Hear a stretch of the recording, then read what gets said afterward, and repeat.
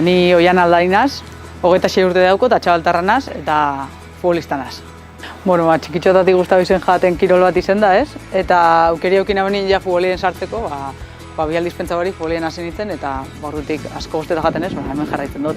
Ni euskal talde askotan ibilitzakoa naz, egisa da euskaren egoera ez dela berdina talde bakoitzean eta igual izango da bertako herriko inguruko euskara erabileraren, ez, horrekin lotuta dagoena.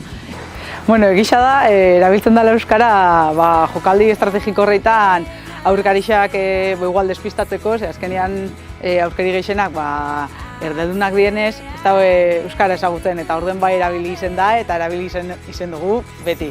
Azkenengo urtea Zaragozan egon nazela, bai faltan bota izen dute gauza hori, azkenean beste taldeanetan puntu hori alde nauko moduan, bai ikusten duzu, ja beste talde baten sartzenean, da ez da benean ulertzen, igual azkenean zehoz esan da danak ulertzen dutuela eta ez daukotula aldeko puntu hori.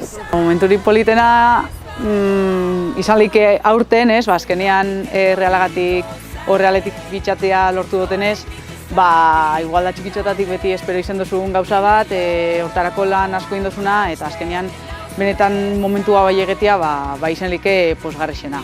Así que igual bai geratuko nintzen honekin. Kirol munduan euskara erabiltzeak abantaiak ekartzen ditu moduan, nik nire egunerokotasunean euskara erabiltzen dut abantaia horrek lortu ahal izeteko.